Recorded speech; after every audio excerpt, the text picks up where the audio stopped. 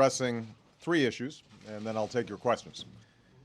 First, I'd like to say a few words about the situation in Iran. The United States and the international community have been appalled and outraged by the threats, the beatings, and imprisonments of the last few days. I strongly condemn these unjust actions, and I join with the American people in mourning each and every innocent life that is lost. I've made it clear that the United States respects the sovereignty of the Islamic Republic of Iran and is not interfering with Iran's affairs. But we must also bear witness to the courage and the dignity of the Iranian people and to a remarkable opening within Iranian society. And we deplore the violence against innocent civilians anywhere that it takes place. The Iranian people are trying to have a debate about their future.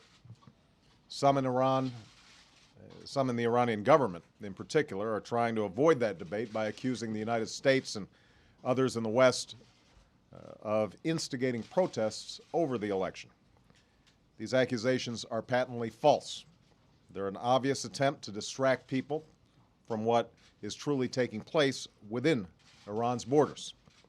This tired strategy of using old tensions to scapegoat other countries won't work anymore in Iran.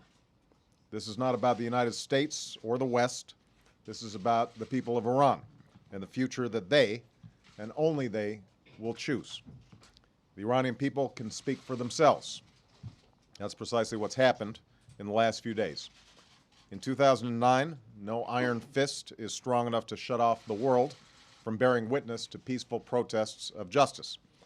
Despite the Iranian government's efforts to expel journalists and isolate itself, powerful images and poignant words have made their way to us through cell phones and computers, and so we've watched what the Iranian people are doing.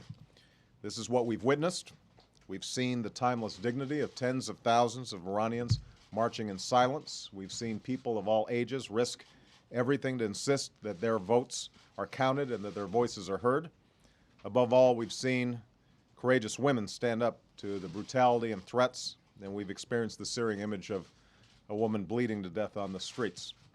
While this loss is raw and extraordinarily painful, we also know this: those who stand up for justice are always on the right side of history.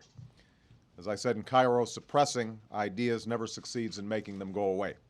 The Iranian people have a universal right to assembly and free speech. If the Iranian government seeks the respect of the international community, it must respect those rights and heed the will of its own people. It must govern through consent and not coercion. That's what Iran's own people are calling for, and the Iranian people will ultimately judge the actions of their own government.